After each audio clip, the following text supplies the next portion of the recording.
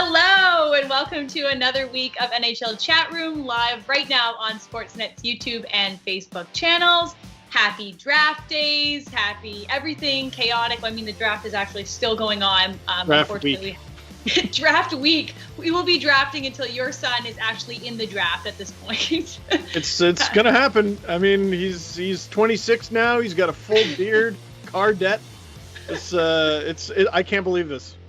Yeah, we expected to have the draft fully wrapped up for everybody, but it is still going on. So we will, in case anything crazy happens, we'll be able to update you live. But in the meantime, get in the chat right now and tell us again where you're watching from and maybe how you're feeling about your team over the past 48 hours, because a lot has changed and a lot of new faces have joined or been drafted to the NHL. So it's been an exciting time. I feel quite blessed to be on air with a local celebrity. Just wanted to tell everybody I was on the phone with Steve earlier today, and he was out walking his dog, and we're just talking about the show, and I hear all these like young kids in the background, like, that's Steve Dangle, and he's on the phone like, hey guys, like, sorry, I'm just on a call, and they're like, Steven. And so it makes me feel incredibly irrelevant. But thanks so much for joining me. I feel just truly blessed. Well, I even said, I'm on the phone with Ailish, and they went, boo! And they started spitting at me. I had to run. It was a mess, Ailish. You really screwed it up for me. Yeah, I'm so sorry. I mean, don't you live in Oshawa? I mean, local celebrity. Schwallywood, baby, the Schwaj Mahal. Okay, we got a Cape Breton fan, Joseph. Welcome. Cape Breton. We have Gaming Lucy, New York City, inside my house. That's right. You better stay locked down. COVID-19 out there. Mushag, St. Petersburg, Russia. Hello. How are you? That's exciting. Privyet. Oh, that was pretty good. I know and Justin that, Mercer. And thank you and swear words. That's it. Okay, well, don't say any of those. Justin Mercer from Washington, D.C. So we have, another international show for you here. It's exciting. Thanks so much for joining us.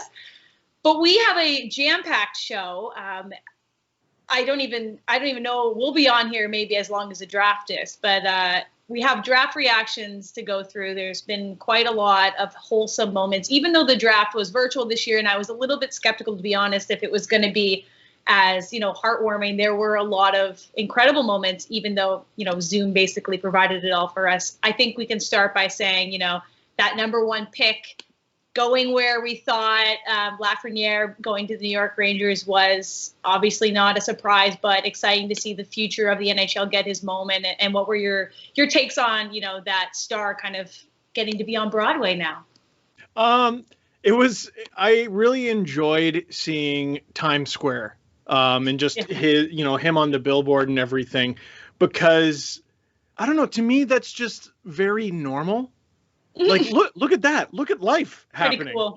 And everyone's wearing a mask and everything. But it actually sort of reminded me, like, oh yeah, there's going to be another hockey season. I've been locked up for way too long, and I thought when he was picked, it was pretty awkward. He's just sitting in the living room with his parents in a suit, and like look at the Gatorade bottles.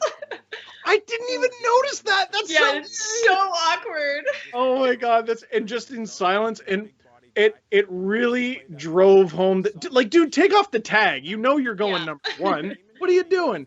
But it was, holy smokes, how tall must his dad be?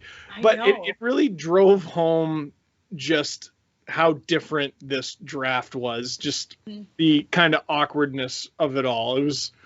It was quaint, pleasantly delightful. It was an interesting way to start, because obviously we all kind of knew this was going to happen. And they still took the whole 5-minute period. And I know there was a bunch of hype videos and stuff, but I was like, if this is the pace we're starting the NHL draft at, even though this guy is like unanimous number one, and it's going to take the full 5 minutes, no wonder today we're still going through the NHL draft and it's like 3 days later.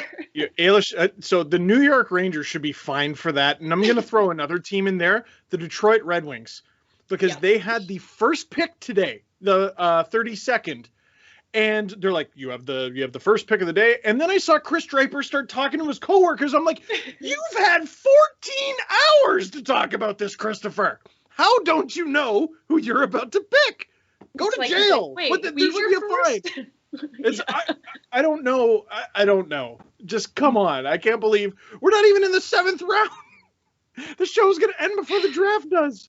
Yeah, well, I must be interesting for them to be doing that virtually, but you're right. They had the entire night to choose. Like, nothing changed overnight. You should have had your pick ready, but people are going to do, we can't control it, but that was a bit frustrating for sure. But, some more positive things that did happen was I really love seeing Quinton Byfield being drafted second. Newmarket, Ontario we're basically neighbors. There's an amazing video from his family celebrating. He's the highest drafted Black player ever, which was an incredible moment and super well deserved. So I was really glad to see that. And I love the suit. People were kind of like, oh, it looks like prom. I'm like, I love it. Good for him. Be bold. How fancy was your prom? Are you kidding me? I did go to private school, so it was a bit fancy. Okay, I got you. I didn't like the Bruins jersey in the background. I didn't appreciate that very much, but stylish. And again, he had time to prepare. So he had confetti, and there were different. Basically, he didn't just stand there in silence with his parents, which I really appreciated. What a unit! Look at that. Unit. We love it. It's so, I hate to make the unfair comparisons, but I see two defenders trying to latch onto him on a breakaway, and I'm just like, God, that reminds me of Mario. That reminds me so much of Mario. I mean, no one can touch Mario, but sure looked like it. I really enjoyed some of the draft comparisons too that would pop up, and it'd be like, this player is just like this player. And I think it's interesting as a scout to be like, it's a lot of pressure to say, imagine I got drafted and they're like, the Ailish, Forfar has a future like Marie-Philippe Poulin. I'd be like, there's no way. I'm just going to retire now. But a lot of these players are getting drafted, and I like the comparable idea because it's like, okay, that's the type of, forward that he might be. But also a bit nerve-wracking if I was getting drafted to see, they think I'm going to be like this player. So here's a rundown of the first round. And we did see some, as we were saying last week, that the top 15 were going to be, pretty interchangeable. There wasn't that many surprises, I don't think. I'm not a draft expert, but everyone seemed to kind of be happy with how the first round went in a sense. Well, and I saw Rodion Amirov, who the Leafs took there at 15, and you were talking about comparables. His own agent, Dan Milstein, was on Sportsnet 590 The Fan today saying, I think he's going to be the next Nikita Kucherov. Come on. That's supposed to be someone in his corner. Well, I don't know. But what do you think about who the Leafs drafted at 15th? People love to, Leafs Nation is a tough one to please, but, you have your finger on that pulse. So I want to get your 1-minute summary of the Leafs getting, the Russian, he's Russian, correct? Yes. It was sad that we didn't get to see a live look into his room and his family, but then I looked and it was 6 a.m. and I'm like, oh, that probably makes sense. Right. Yeah, I watched the 2012 draft from Scotland, and the Leafs had the 5th pick, and even staying up for that, it was 2 a.m. I'm like, man, if you watch the NHL live from Europe, you must really love hockey. So the stat at the bottom there, Rodion Amirov, 21 games played, 2 points. Everyone's freaking out. What are you doing drafting this guy? That's not the full story. So first of all, the KHL, it's very difficult to play in that league as a teenager. It's it's a grown-up league, basically. Arguably the second best league in the world.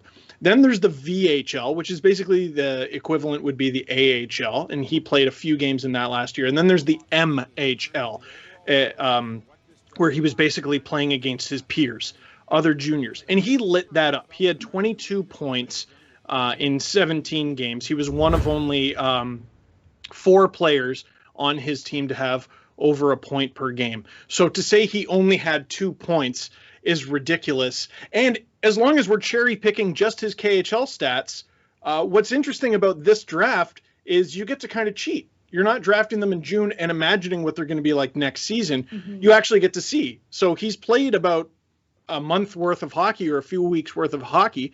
And so far he's already beaten his point total from last season with 5 points in 10 games so far. So, everyone's ripping Kyle Dubas. We want to get bigger, tougher. You need a defenseman. Fair enough. And I agree. But your 15th overall pick is not going to fix your team overnight. It's a good pick. So give me a grade, if you're a teacher. E+, A minus, A+. I'm going to say a grade that I was always thrilled with, B+. Okay, we could take that. I want to see what the chat's thinking. If you had to grade the Leafs first round draft pick, let me know. I have a really serious question though. Do you think Marner and Riley were being held hostage last night? Because it really seemed, I think we have footage of it, that especially Morgan Riley, it seemed like he might have been held hostage in the background with that jersey. I can't believe this. 15th overall selection in this year's 2020 NHL Draft.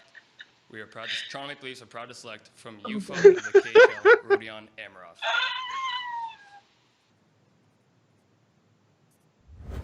That's gonna be a meme.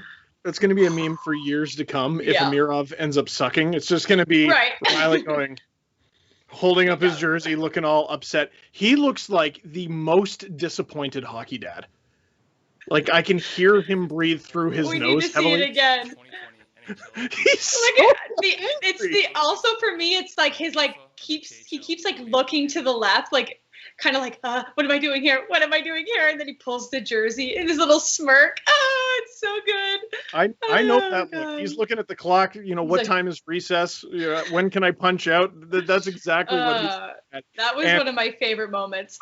You know, Mitch Marner, at least in terms of fan perception, has had a pretty tough year, obviously, because of the contract negotiation. But that little smirk at the end, my friend Justin Fisher tweeted, and I think he summed it up perfectly. I can't stay mad at this idiot. Right. He's adorable. Oh, we have a good comment from Anthony I. Blink twice if you're safe, Mitch. That's really what it felt like. Like, help me. Yeah, seriously. Oh, my God. That was one of my favorite moments, for sure. And it blew up on Twitter. Did he have to get permission for that tattoo? I didn't think he was old enough to get one. Yeah, I was like, holy, when did Marner get tatted up? Like, different guy. Legit. It makes him look like 2 years older. Yeah.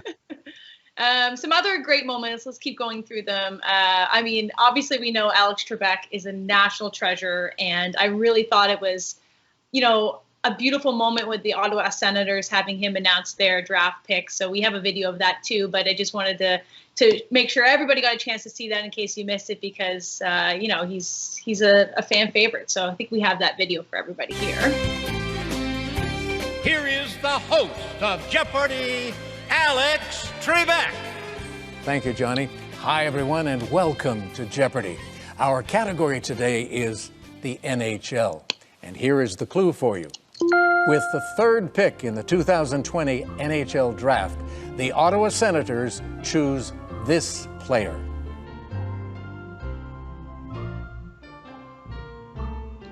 The correct response? Who is Tim Stützle?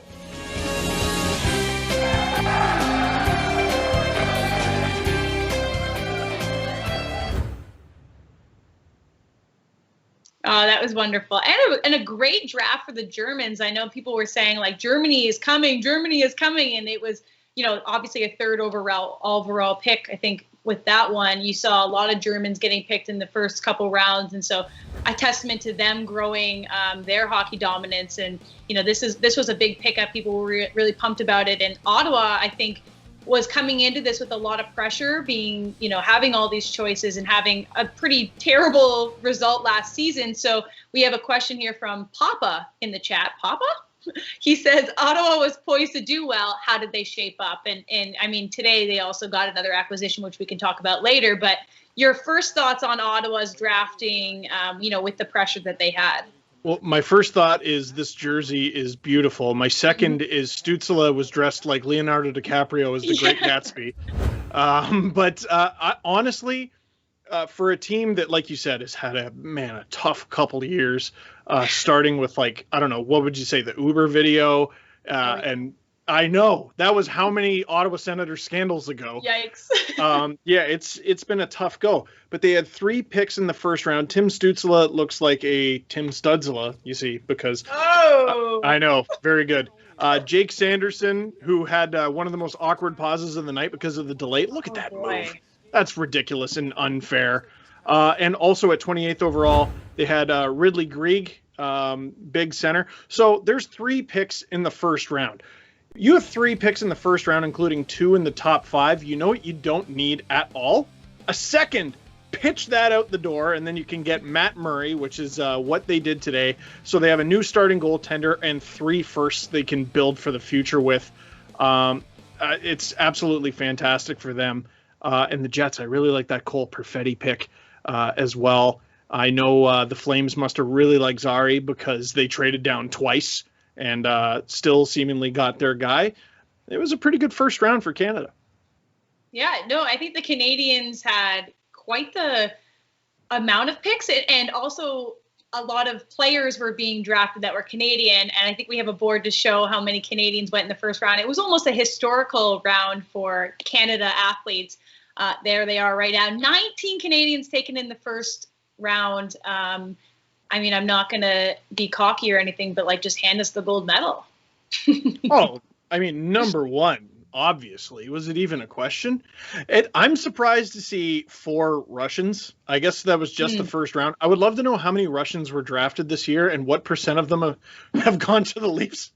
It seems like over half their picks are Russian so far, and it's not even done yet. There might even be more. There's probably more while we're on this show right now. We'll have to get that updated graphic if we could one day, if we're still on air by the end of this draft. But yeah, it was a great, obviously, first round for Canadian athletes. And then I think in the second round, it ended up being like everybody from the U.S. national development team was drafted in like a stretch of 5 drafts. So it kind of comes and goes in waves, but this year definitely seemed like a pretty heavy Canada draft. One of my favorite moments I need to share was with San Jose. It was the very last draft of the first round yesterday with Ozzy Weisblatt. And so I hope everybody's been able to see this. It was a pretty viral moment, but they drafted with sign language because of his parents being deaf. So we have a really good video the of that San Jose to show Sharks too. are proud to select from the Prince Albert Raiders, Ozzy Weisblatt.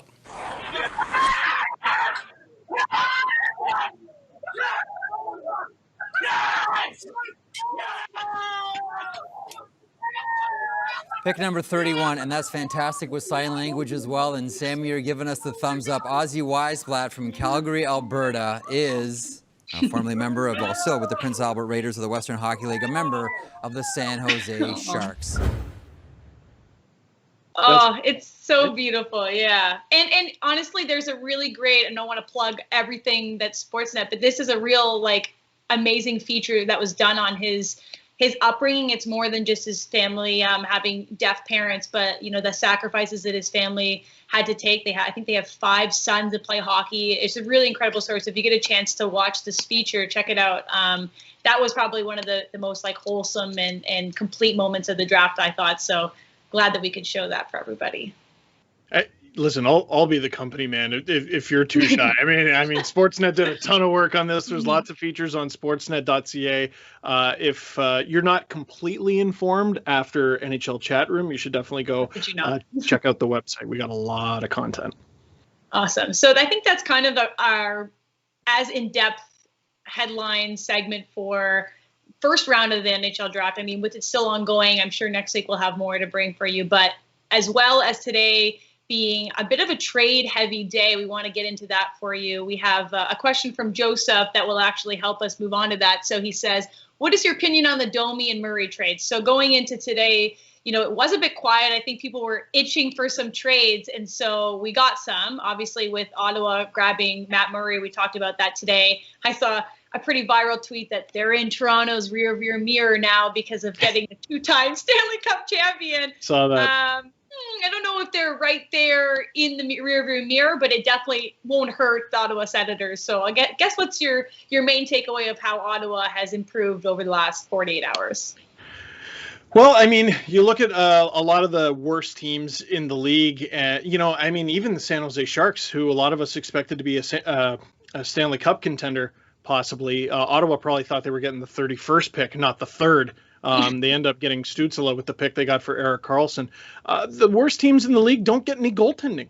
And now they got Matt Murray. Now, some people might be saying, well, he had an awful season last year and he's lost his touch. Man, Matt Murray's already had like a full NHL career. He's only 26 years old. He's won 2 Stanley Cups. I have a hard time believing Matt Murray forgot how to goalie overnight. He's been through a lot. You know, he lost his father. I think a change of scenery, and, you know, building with the Ottawa Senators, who, you know what, not the greatest hockey team, but man, they work hard. And I actually think they're pretty fun to watch. They're always pesky when you play them. Really, I think it's an absolutely wonderful pickup for the Ottawa Senators. And, like, so what if it doesn't work out? To me, like, they gave up Gruden, the forward, who's a 4th-round pick for in 2018, and a 2nd-rounder. So essentially a 2nd and a 4th for a 2-time Stanley Cup champion goaltender who's still in their mid-20s after picking 3 times in the 1st round. It's a win. It's a risk worth taking every day. They did great. So Scott in the chat does not agree. Classic. He says Murray is a shadow of himself. Yeah, he forgot. He forgot how to play hockey. And dude, Corey Perry, who is 9 years older than him, matched his regular season goal total in the playoffs. Like, it's that, and this isn't an old man. This is a guy who should be entering the prime of his career. And, like, you can't tell me the Pittsburgh Penguins were very good defensively this past season. Speaking of a shadow of yourself, I think the Pittsburgh Penguins were a shadow of their Stanley Cup contending teams of 2017 and 2016. Matt Murray is a good bet for the Ottawa Senators. It's good for him. I saw some Leafs fans that were like, for that price, it would have been great to have grabbed him for Toronto. And I mean, there's a lot of what ifs, but if that's all it took, it does seem like a good option as a backup, at least for the Leafs, that Freddie Anderson's going to be their, number one. So another trade we had today was Max Domi being traded to the Blue Jackets for Josh Anderson. I guess that was yesterday. Who knows? Days are just a blur now, And now Domi has already signed a 2-year, $10.6 million deal with the Jackets. So I'm curious to get your initial thoughts on that. I don't know for sure if Domi was really happy in Montreal. I know there's been some exit interviews saying that he's excited for a fresh start, and he did change his agent in September. So there was a little bit of a speculation that a change would happen. And yesterday we got the trade. So what are your thoughts? Well, any Leaf fans watching this already know that this is Darren Ferris's world, and we're all just living in it. Darren Ferris, obviously Mitch Marner's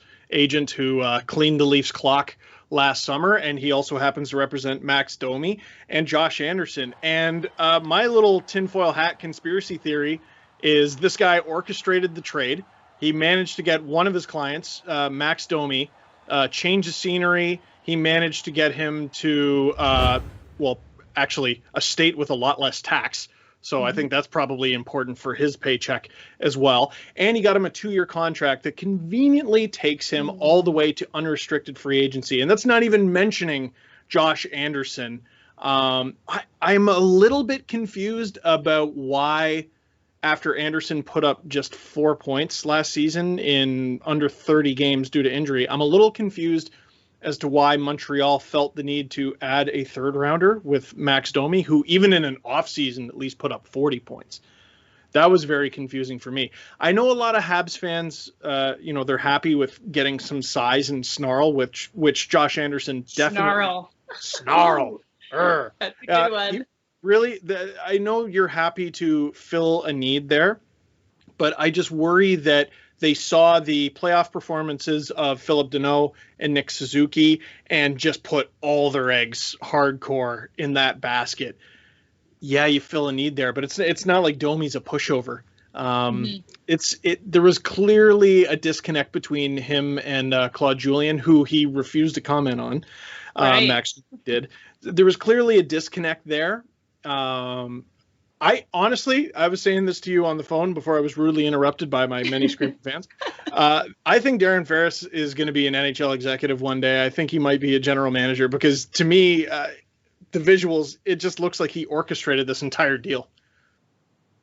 I thought it was interesting. I saw a tweet that was later deleted, but I'm not quite sure if it was just because it was false information, but that they were actually golfing together, the two of them, when they got traded, which I don't know if that's ever happened before, but a pretty rare circumstance. I know they're good friends, the two of them, but imagine you're golfing and you both get a call like, oh, hey, like, we've been, oh yeah, both of us are, oh, cool. Like, that's pretty rare.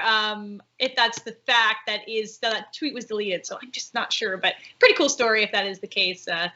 Anyway. Don't you want it to be true? I do. I do. So I'm just going to manifest that that's true.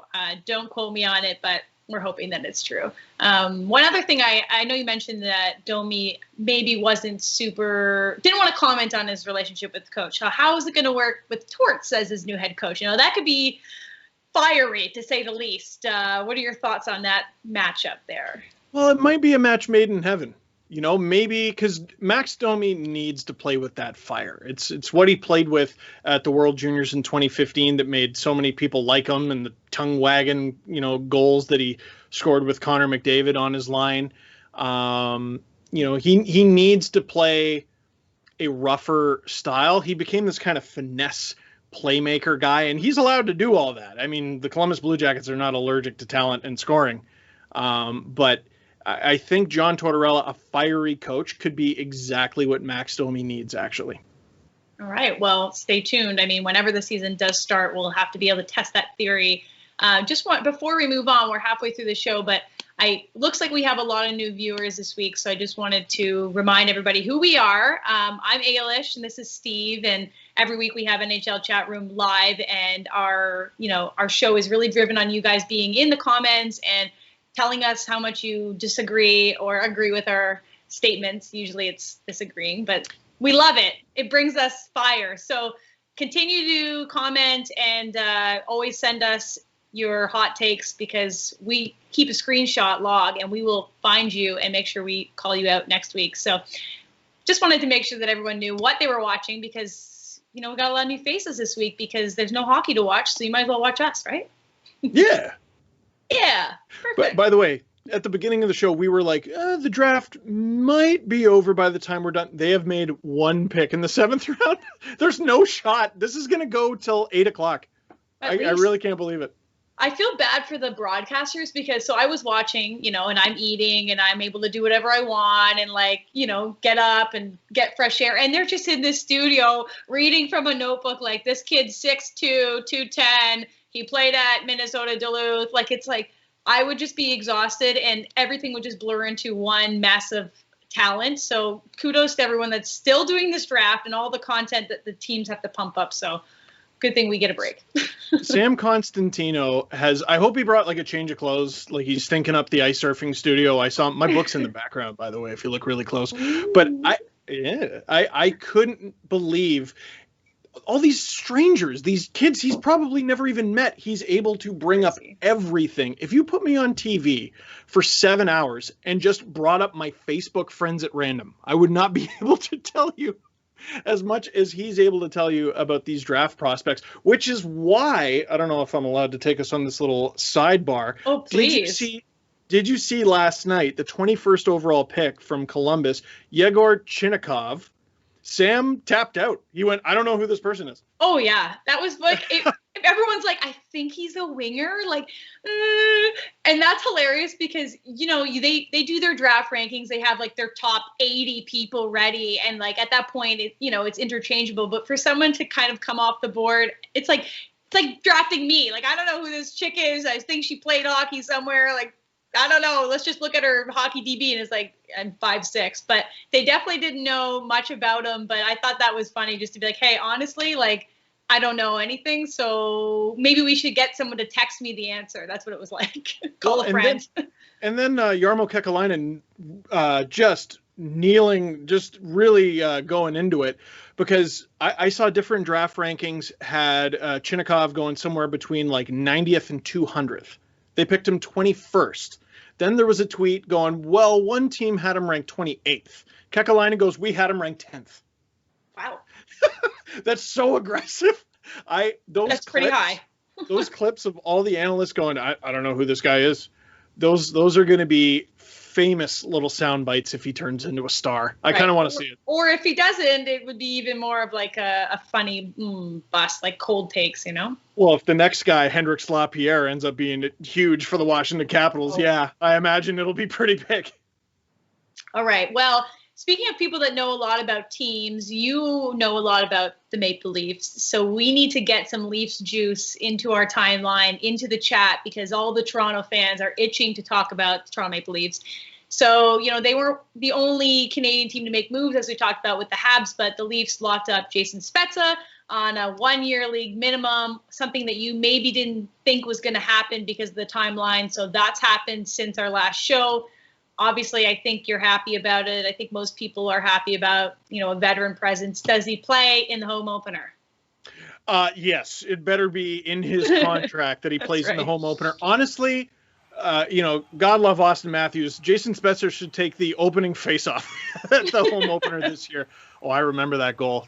That was a beautiful goal against Ryan Miller there, in a game where the Leafs blew a huge lead and somehow won it in overtime. But I did a little sniffing around. Jason Spezza has basically been talking to Kyle Dubas the whole time since the playoff bubble.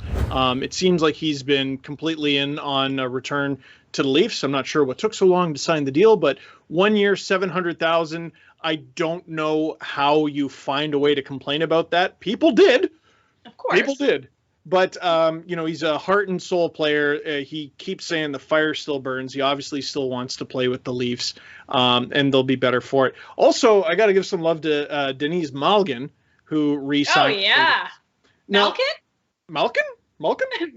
Leaf fans don't appreciate this guy because he just got there, and then the season paused, and then he didn't play in the bubble. But as a 23-year-old, he's only 23. People go, oh, I was traded for a prospect in Mason Marchment. He's younger than Mason Marchment. At 23, he's already played 192 NHL games. So he's probably not going to shoot the lights out, but it's kind of difficult to find a 23-year-old with almost 200 games NHL experience you can sign for league min. No, I think that experience speaks for itself. And, having someone come in and it be their first rookie season, there's those nerves and there's that amount of time it takes to get comfortable. If you've already played 190 something games, like you can fit seamlessly into that fourth line role and work your way up. So, I think you're right. People just love to argue in Leafs land. So you'll never please everybody, Steve. What's bubbling under the surface in Leafs land is Kyle Dubas keeps talking about the need to get bigger and tougher and improve defense. I'm looking at their draft board right now. They've drafted 3 defenders. One of them is above 6 feet tall. In fact, they've drafted 3 players above 6 feet tall, and one of them is a goalie. If Kyle Dubas doesn't actually back up his promise to make the team bigger and stronger and get stronger defense, maybe trade one of their forwards to do it, this guy is going to get roasted. Now, there's lots of time. There's free agency in a couple days, but if we're on October 12th, 13th, 14th, and this guy doesn't improve the team, get Morgan Riley, a defense partner, for crying out loud. This guy's going to get skewered. So that's. I did see that he responded to a tweet the other day. Like he watches. He's in there. What? Like he's not shy. He responded to a tweet that was like, it was a funny tweet about, the Leafs they might do this, they might do that, basically covering all the bases. And he goes, that might be true, or I could see that happening. And I'm like, he likes to, put the fire in there and ignite Leafs Twitter. So we'll see. But I agree. I think there's some puzzle pieces missing. The chat agrees. We have Kroot says, does Toronto have the means to grab Gudas, TJ Brody, and Wayne Simmons? All of them? Wow. That's a lot of people. A lot of people. I selfishly want the Wayne train to join the Leafs just because he grew up in the same neighborhood as me. Rouge Hill, we know. Rouge Hill. He broke my friend's collarbone in a game of tackle soccer because that's what you do in Rouge Hill. It'd be great. You can't be like, oh, he's washed, and then in the same breath be like, I wish we had someone like Corey Perry, because Wayne Simmons actually outscored Corey Perry this regular season. Yeah, but look at Corey Perry's playoffs. That's the point. He wasn't washed. I have a good feeling that Wayne Simmons isn't either. Radko Gudas is about the biggest meanie out there remaining. I'd like to see the Leafs get him too, but look at what Dylan DeMello just got. 4 years, $3 million per. Look what Joel Edmondson got in Montreal. Defensemen are expensive these days. So if you think you're getting Radko Gudas for less than $3.5 million per year, I think you're dreaming. Well, it's going to be an exciting couple days, especially starting, I think it's Friday, where UFA signing season happens. So stay tuned, because we'll be able to cover all of that. Next week when we're here on NHL Chatroom and Sportsnet, we'll have all the coverage for it. There's some big names floating around, Ekman Larson, Lundqvist still needs to sign somewhere. There's millions of people that will make this weekend very exciting. So we will be able to bring you the results next week, hopefully when things have happened. But we're going to move on to a quite fun little segment that is brand new because we're here to show you some fun stuff. So we have this is something that Steve and I haven't seen, actually. It's a throwback draft picks segment. We don't know what we're going to see, but we're going to have to react live. So bear with us because we're not that funny, but we're going to be seeing some throwback draft photos. Obviously with the draft, we see some really fun reactions. So here we go. We're going to see some pictures, I assume. What do we got? I like being surprised. Aww. Look at that baby. Look at Sidney Crosby. This is Brian Burke's least favorite picture. Oh, he looks pretty much the same. Oh, yeah. I don't know. This guy is royalty in Nova Scotia. The way you spot a tourist in Halifax is if they actually go up to Crosby and say hi. Hey, one time I saw him golfing at Cabot. I was golfing in Cabot, and he was there with McKinnon. And they flew in on a helicopter, and I'm there golfing at Cabot being like, should I go over and say something? But I didn't. But, You're a tourist. It was pretty cool. But, yeah, I was like, I can't be a fan. But I was a fan. Supposedly, him and McKinnon will just go to Citadel Hill and run up and down. Oh, my goodness. Who is this? Wow. By the way. This looks like a Sopranos photo. Oh, my goodness. Look at that beard. That is I don't love the suit, to be honest. The New York Islanders, man, like 2 teams really screwed that up. So the Leafs actually gave the Islanders the pick that allowed the Islanders to pick him 4th overall. And then they get him 4th overall and they ditch him for Mike DiPietro. Oof. Or no, Rick DiPietro. Mike DiPietro's on the Canucks. Ovi! Look at him. Oh. You know what, man? I really want to see the Caps bring those jerseys back. Me too. We'll talk about the jerseys later on, but I do think those are pretty nice. Look at that. Look at his young little baby. That's a future Hall of Famer too in his arms. They're saying, who the heck is that? Oh my goodness. Oh God. That's me after like 6 months of quarantine. That's the sham wow on his head. Yo, he played for the Flames. I forgot about that. Oh my goodness. Honestly, he doesn't look bad with the flow down, like when he's like kind of groomed it, but that first picture looks like everybody when they come out of quarantine and we're like, what's going on? It's 2023. Oh my god. I wouldn't even have recognized him without his name. He really is a baby. He doesn't look like him. And what's amazing is like just how passive and innocent he looks. Even the smile on the right, like you're a faker. Like Evgeny Malkin is like low key. He's one of the most low key, like sort of underappreciated greasy players in the NHL, man. He's dirty. He's dirty. I mean, he's very good, but he's also dirty. That is not Erik Karlsson. Allegedly it is. I don't recognize him without the D'Artagnan mustache. Oh my goodness. Oh my goodness. He looks like, sorry, what were you going to say? I was going to say on the left, he looks like imagine a Pirates of the Caribbean prequel. Oh, yeah, like before Jack Sparrow got up. Yeah. Oh my God. He reminds me of Sonic the Hedgehog. I don't know how else to explain it, but I'm just going to say it. Oh, yes. Thank you for including this, producers. You know my love for Henrik.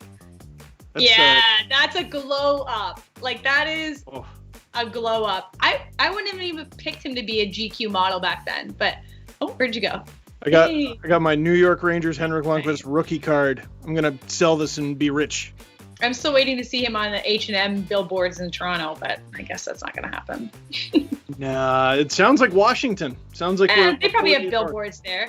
Oh, yeah. Kaner. I don't recognize this kid. Yeah. It's so weird seeing the jerseys without the NHL logo in the collar. It's kind of clean. Yeah, I don't know. I can't tell if I like it or hate it or... He's got major dad hair now. Like, he's getting a bit of a widow's peak, like the... Yeah, he's getting it a little slower than Austin Matthews. Like, there's potential for a world of hurt. Oh, this is going to be a good one. Oh, but he looks so young and, like a surfer and that... Well, and for for everyone talking about, oh, I can't believe they drafted a 160-pound kid. He looks like a bone rack on the left, and now he's an absolute, like, 230-pound unit. Do you think you could grow a beard like that if you never shave for the rest of your life? No, absolutely not. That is legendary. It's so good. Unfortunately, he shaved it. Oh, Dion! Ah! This is haunting. You know, should we give him that hard of a time? Because, like, that was really everyone in the early 2000s. No, I don't want to give him a hard time. That's tough. Why is he on an angle, too? Like, what's with these photos? No head-on photos? It's like, he looks kind of weird. He's like, hey. That's the sort of face you make when you've just put your head through a wall with an axe. Like, The Shining! Oh, yeah, sorry. Oh! Ew, gross. That's me. Taken 6 months ago. Wow. How old were you in this photo? How do we look? The same? Oh my god, identical. Come on now. It's been only 2 years. That's it?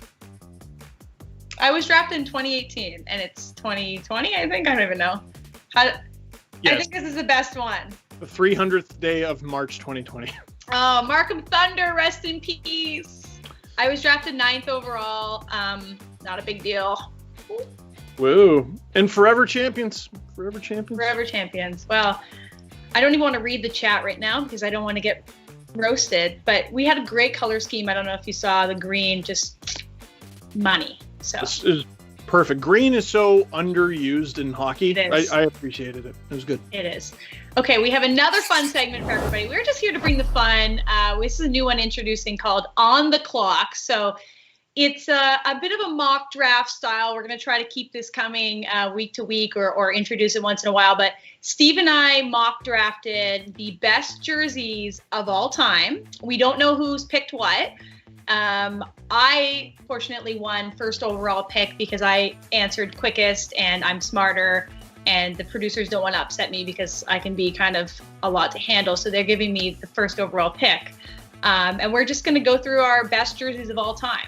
And this is who I chose first overall.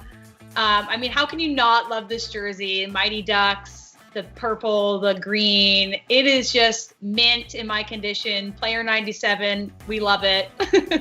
Yeah. That's my number one jersey of all time right there. I'd like it. So if you can send it to me for the Christmas season, thank you very much. Nothing says late 90s, early 2000s like diagonal stripes. Oh, and the colors, like there's nothing more legendary in my opinion than those two colors together. You just know what it's going to be right away. And just the mask and the sticks through the logo. Chef's kiss. It's mint. Number Absolutely. one, baby. All right, well, mine is a jersey that was never worn because Coach Iron Mike Keenan vetoed it. This belongs to the St. Louis Blues. Believe it or not, this hideous piece of garbage never actually saw the light of day, and it's so hideous that I actually kind of love it, and it belongs in a museum, and that's why it's my first overall pick. Oh my goodness, that looks like a cartoon. I mean, there's a cartoon guy in the bottom, but that jersey is something I would wear in beer league, which is my future, unfortunately. we do have to thank Mike Keenan for banning that jersey because Wayne Gretzky almost wore it. That's when he was on the Blues. Oh, that's we don't need that image. No. Nope. Okay, here's my third overall. This was tough for me because I had this like 1A, 1B, but they're also bringing this back. But just like the detail work that went into this, the kind of like heritage look, I think it's just pristine. I would also like one of these jerseys, so please adding that to my Christmas list. Glad to see that the Arizona Coyotes are starting to incorporate some more of their like historical jerseys, and I think I saw that they're going to put the crescent moon back on center ice the other day, so they're definitely incorporating this old style back into their jerseys. So that's my number 2 and I guess 3rd overall. Well, mine is another infamous jersey, although this one did see the light of day. The infamous, what team is that, Ailish? Can you guess? I think it's Dallas? It is the Dallas Stars, a.k.a. the Mooterus jersey, because it's... How did I get that? I don't know. I think you just guessed. I but did. basically, it's supposed to be a bull skull constellation because, you know, the stars, and a lot of people rightly pointed out, actually, it kind of just looks like a uterus, hence the nickname Mooterus. It is the worst jersey I think ever worn in an actual game. Yeah, it's... God, NHL Chatroom After Dark. Oh, yes, I love this. Amazing jersey. I want this so badly as well. This is like, screams like Brett Hull to me. Oh, look at this. We love the stripes. Again, I think I'm really into the diagonal stripes, the colors. Yep. I know they don't look great, but I think that's what makes it even better, is that they kind of clash, and it's loud and it's busy, and it's just like 90s to me. I think it was 90s. I wasn't alive, but yes. This Blues jersey with the note. And they brought back something similar as a recap, so happy about that. The first player I think of is Steve Yzerman, double overtime. Ooh. Now, this one Gretzky did wear. This is the infamous LA Kings alternate jersey, a.k.a. the Burger King jersey. You know, we talked about diagonal stripes. I don't even know what you call this. Someone said, let's go back to the old purple and gold color scheme. Someone said, actually, I kind of like the dark gray and white. And someone said, why not both? The purple collar? What are you doing? Yeah, that's unnecessary. How dare you make the great one wear this? So I got to pick that with my third pick. I had the Kings purple and gold. I don't know if it made it in here in my top 7. I don't remember what my next pick is, but no, it's not. The Canucks flying skate. Obviously, another iconic jersey. I have this in t-shirt form, which I love. See, again, with the like crazy color schemes that you don't think are going to go well together, but here they are. I think the Canucks obviously bringing this back. I think it was like their anniversary jersey last year or the year before where they reintroduced it. So very happy to see it making a return, and it's an iconic one. And Canucks have had some fun jerseys, but this one is the best one in my opinion. So very happy. It is a good one. And this one I saw my own ice surfing coworker Jason York wear in an actual NHL game. This is I love that on this jersey is one of the best jerseys. That duck is actually wearing one of your picks. Yeah, he's wearing the first overall. From the D3 jersey from Mighty Ducks to basically the cartoon form. If anyone remembers the old cartoon Mighty Ducks, and also I believe the McDonald's set of toys of all the characters from the show, this just screams my childhood to me. I love that jersey. Justin says, can we have Steve Mottle's jersey? 2 sizes too small, he says. This was my final pick. Look at I love the blue and blue colors together. This is Atlanta. Throwback, the Thrashers. This is a sweet jersey for sure. I think it's my 5th and final choice, but I need to see more baby blue in the NHL. You know, that's my hot take. Penguins have their, I think they had that one blue jersey, but we don't have enough baby blue, so. First player I think of is that plug Colby Armstrong. Never heard of him. Never heard of him. Never. Ooh. And with the 10th overall pick, just a brass bonanza, beautiful jersey. The Hartford Whalers. I think Ron Francis with a C on his chest. I think Sean Burke. I think Pat Verbeek. It's just a beautiful jersey. And again, not enough green in the NHL. We agree on the green. Obviously, go Dartmouth, big green. Ooh. Oh, come on. I was thinking Salavat Ulayev of the KHL, Rodion Amirov. Well, green, I'm a big fan of green, and Dartmouth big green. I love the Hartford Whalers logo because you see the W, but if you look close enough, you see the H. And I don't know if many people see that, so I just want to throw that out. If we ever get a chance to relook at it, look at the little H in there in the W. Graphic designers. I didn't recognize it until I was well into adulthood. I'm very ashamed of that. So like 30 years ago. Yeah, if you look really close, see in the green? See, there's the H, everybody. Pretty cool. Such a perfect logo. It is.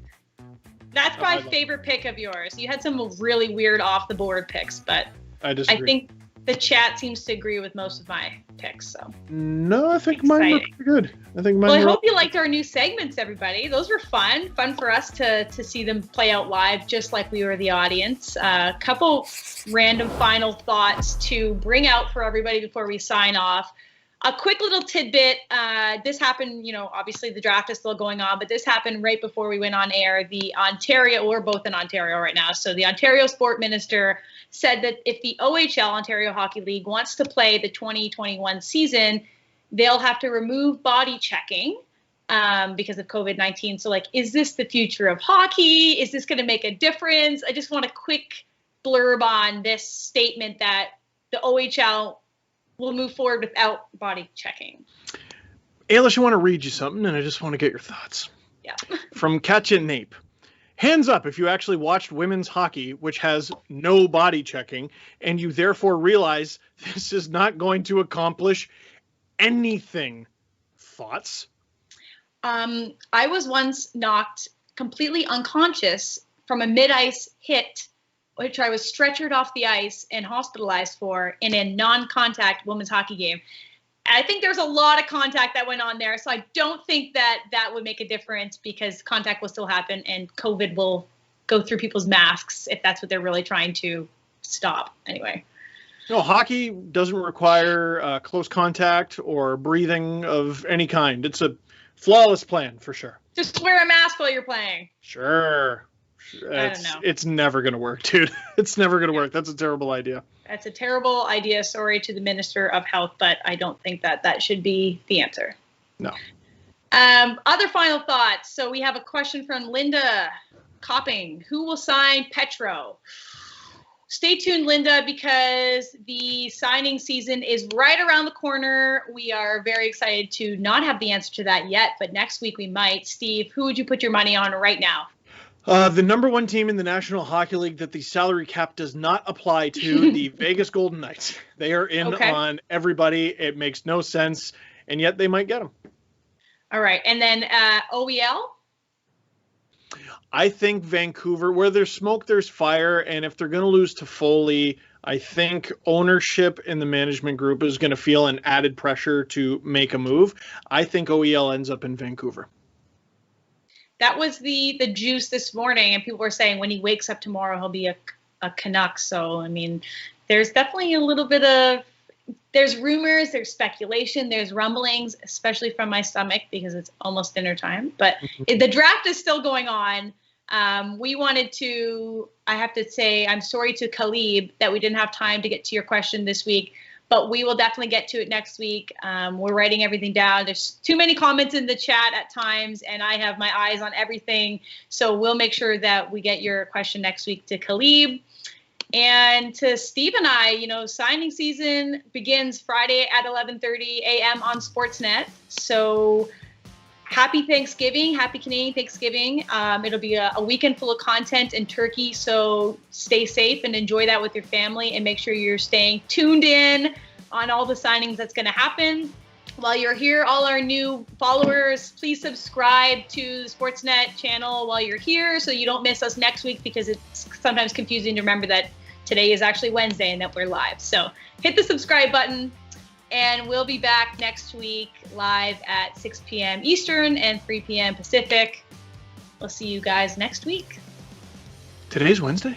I don't know, is it? Apparently. The draft is still going.